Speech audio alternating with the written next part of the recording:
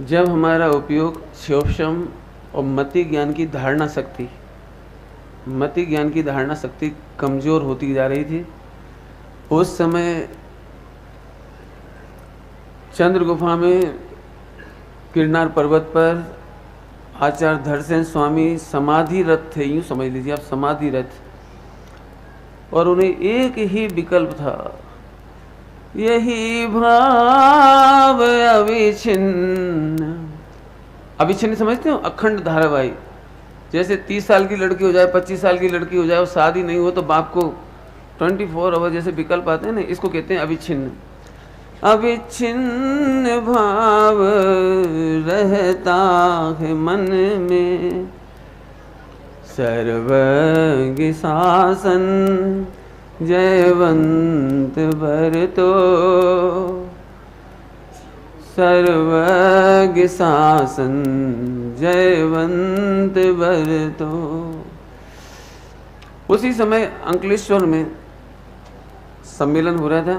मैं उसको स्टोरी को नहीं सुनाना चाहता, मैं शॉर्ट ही करना चाहता। बस वहाँ से 2 मुनिराजों को बुलाया, उन्हें स्वप्न आया, 2 बैलों ने आकर उन्हें प्रणाम किया।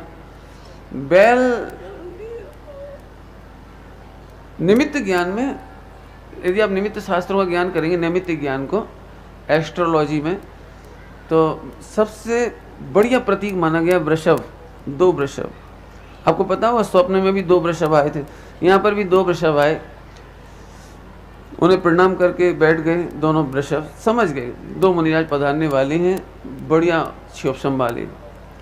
ध्यान रखना, बढ़िया शिवोपशम वाले थे, लेकिन उनमें भी एक मुनिराज बहुत वृद्ध थे, कमजोर। और उन्होंने मात्र 100-125 सूत्र ही लिख पाए वो, और उनके बाद उनका अवसान हो गया। 2 मुनिराज में से एक मुनिराज का अवसान केवल 125 सूत्र लिख करके हो गया। 115 करीब सूत्र लिखे उन्होंने, बस इतना से लिख पाए। तो सबसे ज़्यादा काम दूसरे मुनिराज ने किया, जिनका नाम पुष्पदंत था। आज उनके नाम से आज ये महाग्रंथ जो हम अपने मस्तक पर लेके निकलेंगे, ये अद्भुत बात है। उन्होंने लिखे और एक बसती का माने मंदिर, एक बसतिका में विराजमान कर दिए। 2000 वर्ष में बहुत लंबा समय बीत जाने के बाद वो मंदिर गिर गया। वहां पर बांस उगाए, जंगल उगाया। गोमटेश्वर में, गोमटेश्वर की बात है, सिद्धांत बसदी नाम का आज जो एक मंदिर है, वहां पर सिद्धांत बसदी कहलाती है, आप जाएंगे वहां पर जंगल था एकदम। एक दिगंबर मुनिराज वहां पर चर्या के लिए गए, दिशा के लिए, दिशंका के लिए। तब वहां पर उन्हें मंदिर के अवशेष दिखाई दिए, तो उन्होंने वापस आकर के समाज में बोला कि यहाँ कोई अपना जैन मंदिर दिखाई देता है। लोग आए, समाज के लोग, सफाई की, मंदिर दिखाई दिया। वहां पर इस ग्रंथ की प्राप्ति हुई। कहीं से ग्रंथ मिल गया होगा, आप कल्पना नहीं कर सकते। उस ग्रंथ को लेकर आए, सुरक्षित किया भट्टारकों ने। बहुत लंबी स्टोरी है, सबको मालूम है। सभी लोग जब भी गोमटेश्वर या मूल बद्री जाते हैं तो वहाँ पर वे उस ज़माने में 1-1.25 रुपया लेते थे, फिर 11 रुपया हो गया, अब लगभग 201 रुपया आज भी उसकी दर्शन कराने मात्र के लेते हैं। 2000 वर्ष तक ये जो ग्रंथ था मात्र दर्शन की वस्तु थी। 2000 वर्ष तक आप कल्पना कर सकते हो। संवत 183 सन 183 में लिखा गया सठखंडागम, और 1884 में वो पहली बार दर्शन करने के लिए एक माणिकचंद जेपी हैं, बॉम्बे में बहुत प्रसिद्ध हैं, दानवीर हैं, बहुत बड़े दानवीर। उन्होंने जैन समाज के लिए बहुत काम किया। उनकी बहन जो विधवा हो गई थी उसने भी बहुत काम किया जैन समाज के लिए, माणिकचंद जेपी। वे 1884 में गोमटेश्वर बाहुबली गए। जब उन्हें ग्रंथों के दर्शन हुए सठखंडागम, तो उन्होंने पहली बार दर्शन करके ये कहा, क्या कोई व्यक्ति इसका मंगलाचरण पढ़ सकता है? ओल्ड कन्नड़, वो जो ग्रंथ था ओल्ड कन्नड़ में था, तो भट्टारक स्वयं उसको नहीं पढ़ सकते थे। 1884 में जो भट्टारक थे वो उस मंगलाचरण को पढ़ नहीं सकते थे। उन्होंने केवल इतना बोला कि एक व्यक्ति है जो मूल बद्री में रहते हैं, वो पढ़ सकते हैं इसको और कोई नहीं पढ़ सकता। आप कल्पना करो जिस खंडागम का इतना काम हुआ हमारे सामने, उस समय उस जमाने में केवल 4 व्यक्ति ऐसे थे जो उस ओल्ड कन्नड़ को पढ़ सकते थे। यदि वो 4 व्यक्ति एक्सपायर हो जाते तो ये 60 खंडागम आज की तारीख में आपको देखने को नहीं मिलता, पढ़ने को नहीं मिलता, वो वहीं बंद रह जाता। नमन अपन भी गए होंगे सभी लोग, लेकिन हमने कभी ये नहीं कहा होगा इसे पढ़ के दिखाओ। उनको ऐसा विकल्प आया कोई पढ़ के बता सकता है, तो उन्होंने कहा वो एक है, वो उसे पढ़ा सकते हैं। कोई बात नहीं, उनकी तीर्थ यात्रा मूल बद्री से प्रारंभ हुई थी, इसलिए वापस मूल बद्री नहीं गए, वो वापस बॉम्बे आ गए गोमटेश्वर से। उनके एक मित्र थे पूना में, सोलापुर में, पूना या सोलापुर में है, सोलापुर में उनके एक मित्र हीरा जी भाई, वे भी सेठ थे बहुत बड़े। वो तीर्थ यात्रा करने जाना चाह रहे थे भाई, तो उन्होंने उनको एक लेटर लिखा कि यदि तुम तीर्थ यात्रा करना जाना चाहते हो तो आप एक काम करना कि आप पहले मूल बद्री जाना, पहले गोमटेश्वर नहीं जाना, जैन बद्री कहलाता है, गोमटेश्वर का दूसरा नाम जैन बद्री है, आप वहाँ नहीं जाना, पहले मूल बद्री जाना। और वो विद्वान का नाम बताया उनको, उस विद्वान को लेकर के आप वहाँ जाना, ब्रह्मैया नाम है उनका, ब्रह्मैया नाम था उनका, आप उनको लेकर के वहाँ जाना और उनसे पढ़वा के देखना। ठीक है, वे सोलापुर से ब्रह्मैया पंडित को लेकर के गए और पहली बार उस 60 खंडागम का मंगलाचरण उन्होंने अपने कानों से सुना। बाद में उन्होंने एक बहुत अपील की कि ये बहुत पुराने हो गए, जीर्ण शीर्ण हो गए, क्या आप इनकी लिपि करने की अनुमति दोगे हमें, लिपि करने की? तो भट्टारक ने कहा हाँ ठीक है आप लिपि करा सकते हो, लेकिन एक शर्त कि इसकी कोई भी कॉपी पूरे देश में नहीं जाएगी, वो लिपि करके यहीं रहेगी, हम किसी मंदिर को नहीं देंगे, किसी सेठ को नहीं देंगे। उस जमाने में भी, उस जमाने की बात हम करें तो 100-125 रुपया पर मंथ की सैलरी देनी पड़ रही थी उसके लिए। थोड़े लोभ में आ गए वो कि यदि मैं इसे करवाऊंगा तो फिर फायदा क्या है, मैं यदि इसे करवाऊंगा तो फायदा क्या है मुझे, आप लिखवा करके अपने यहाँ रख लोगे, हमारे पास तो आएगी नहीं वो। मैं इसे 100 रुपये महीने दे करके इसे काम करवाऊँ भी, प्रतिलिपि भी करवाऊँ, तो मुझे कोई फायदा नहीं। वे वापस आ गए।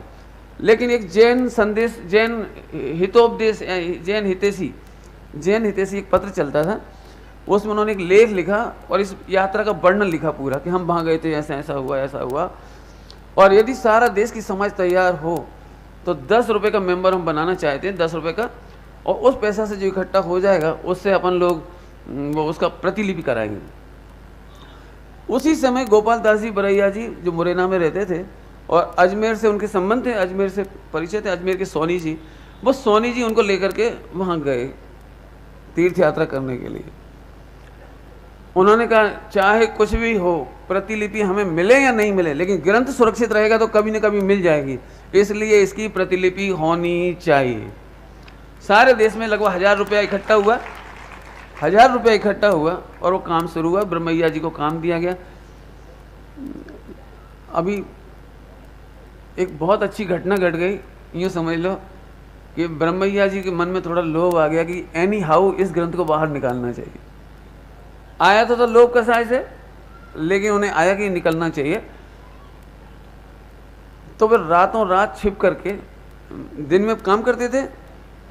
उसमें लिखा है खर्रा, खर्रा समझते हो, खर्रा कागज की पर्चियां, उनको सही सॉल्व करने के लिए कागज की पर्चियों पर लिख लिख करके इतना पहरा रहता था कि आप यहां से एक ताड़ पत्र नहीं ले जा सकते, आप कुछ कर नहीं सकते, इतना पहरा रहता था। तो उनका भोजन का टिफिन आता था, भोजन करते थे और भोजन के टिफिन मांझ धो करके उसके अंदर में खर्रा, खर्रा समझते हो कागज की स्लिप्स, वो कागज इकट्ठा कर करके चुपचाप वो टिफिन में भेज देते थे। इस तरह से चोरी छिपे वो 60 खंडगम पहली बार बाहर आए। 60 खंडगम बाहर आया। अब इन्होंने अकेले में अपनी पत्नी की मदद लेकर के, उनकी पत्नी भी इंटेलिजेंट थी, लक्ष्मी नाम था उनका, वो दोनों मिलकर के वो ग्रंथ लिख रहे थे। नाम थोड़ा इधर उधर हो जाए, लक्ष्मी नाम है लेकिन थोड़ा वो इधर उधर हो जाए तो मेरी मूल मैंने रिकॉर्डिंग की वो देख के की है, इसलिए आप और जिन्हें भी पढ़ना हो 30, 35, 40 पेज का इतिहास है, आप मेरे से PDF ले सकते हो। और मैं तो चाहता हूँ कि आज के दिवस वो कथा जरूर होनी चाहिए। उन्होंने उसको लिपिबद्ध करके, उनका एक ही काम था ये लिखना लिखने का ही बिजनेस था उनका। लिख करके उन्होंने कई प्रति की। सबसे पहले वो माणिकचंद जेपी के पास पहुंचे कि भैया आप उछल पड़ोगे, मैं इतनी बढ़िया चीज लेकर आया हूं। बोले क्या? कि मैं सटखंडागम की प्रति लाया हूं। सुनते से ही उनका चेहरा उतर गया, क्योंकि उन्होंने प्रॉमिस किया था, प्रतिज्ञा ली थी जिनवाणी पर हाथ रख करके भट्टारक से कि हम किसी भी तरह से ये जिनवाणी बाहर नहीं निकालेंगे। तो उन्होंने मना कर दिया, मैं नहीं खरीद सकता। और एक चिट्ठी लिख दी 16 पर हीरा जी भाई को, हीरा सेठ को, तुम भी मत लेना। वो बेचारा वहां भी गया, उनने भी नहीं लिया। सोनी जी के पास गए, उनने नहीं लिया। पूरे देश में घूम रहे वो आदमी। वो पहुंचा सहारनपुर। सहारनपुर के सेठ ने वो ओल्ड कन्नड़ का जो लिखा के प्रति आई थे, अब बोले भैया जी हमें समझ में तो आती नहीं, हम करेंगे क्या उत्तर भारत के लोग। लेकिन उन्होंने उस जमाने में 1000 या 10,000 रुपया न्योछावर करके उस प्रति को अपने मंदिर में पहली बार विराजमान करवाया। जम्मू प्रसाद जी सहारनपुर ने वो ग्रंथ लेकर के वहाँ अपने विराजमान, आज भी वहाँ विराजमान है। आप यदि सहारनपुर जाएं तो उसके दर्शन करें। लेकिन उन्होंने एक शर्त लगा दी कि भैया तुम इसकी हिंदी करो तो कुछ फायदा है आप इसकी हिंदी कर दो तो कोई फायदा नहीं, तो ओल्ड कन्नड़ रखी रहेगी, हम जिंदगी भर देखते रहेंगे, दर्शन करते रहेंगे, क्या होगा क्या। तो उन्होंने प्रॉमिस किया कि मैं काम करूँगा। वो अपनी पत्नी सहित वहाँ पर आए। लेकिन संयोग की बात है कि 2-4 महीने या 6 महीने कितना काम कर पाए, लगभग लिखा मैंने टाइम उसमें कितना समय काम किया।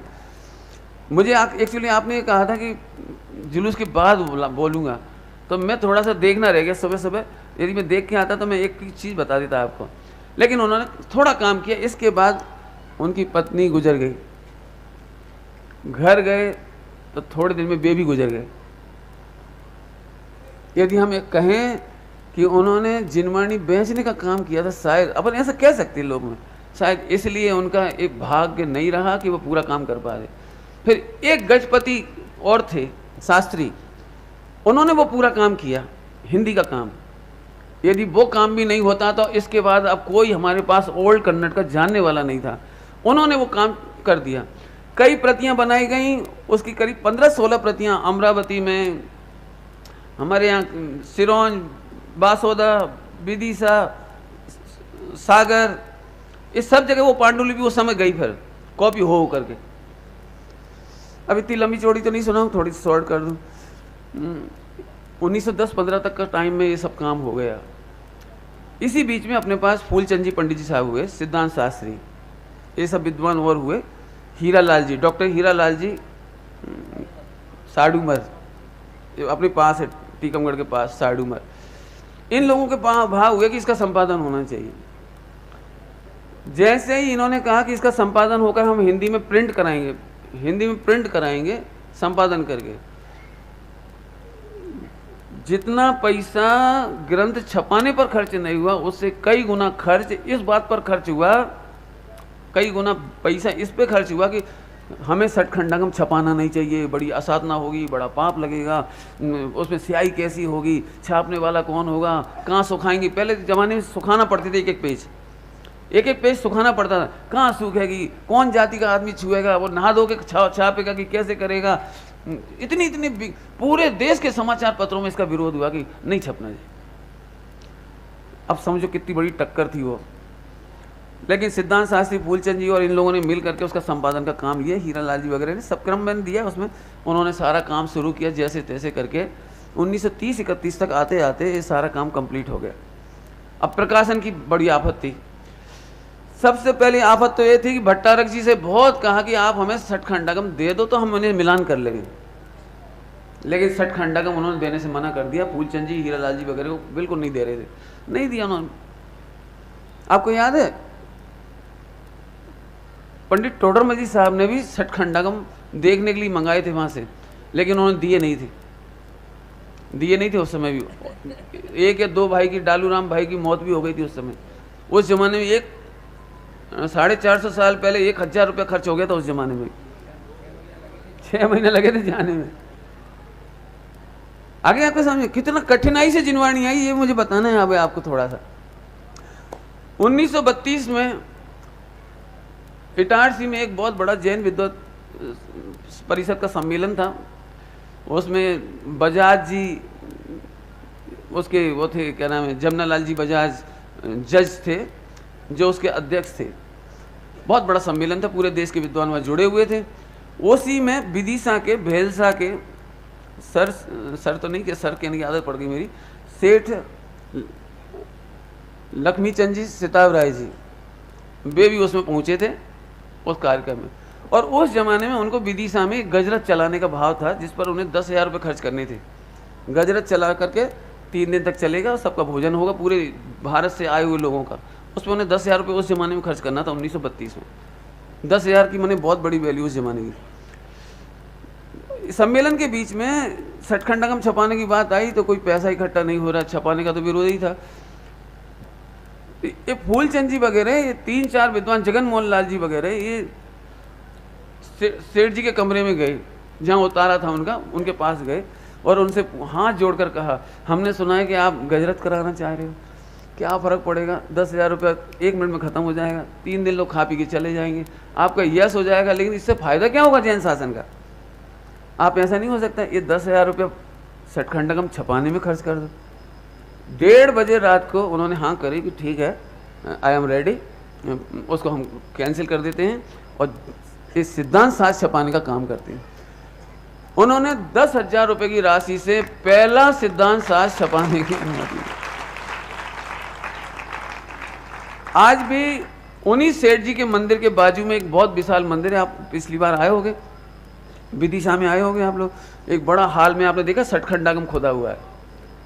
विश्व में सचखंडगम किसी भी दीवार पर नहीं खुदा, केवल वहाँ उन्हीं की इसी यादगारी के लिए वहाँ पर खुदवाया गया। परमागम मंदिर उसको अपन कहते हैं।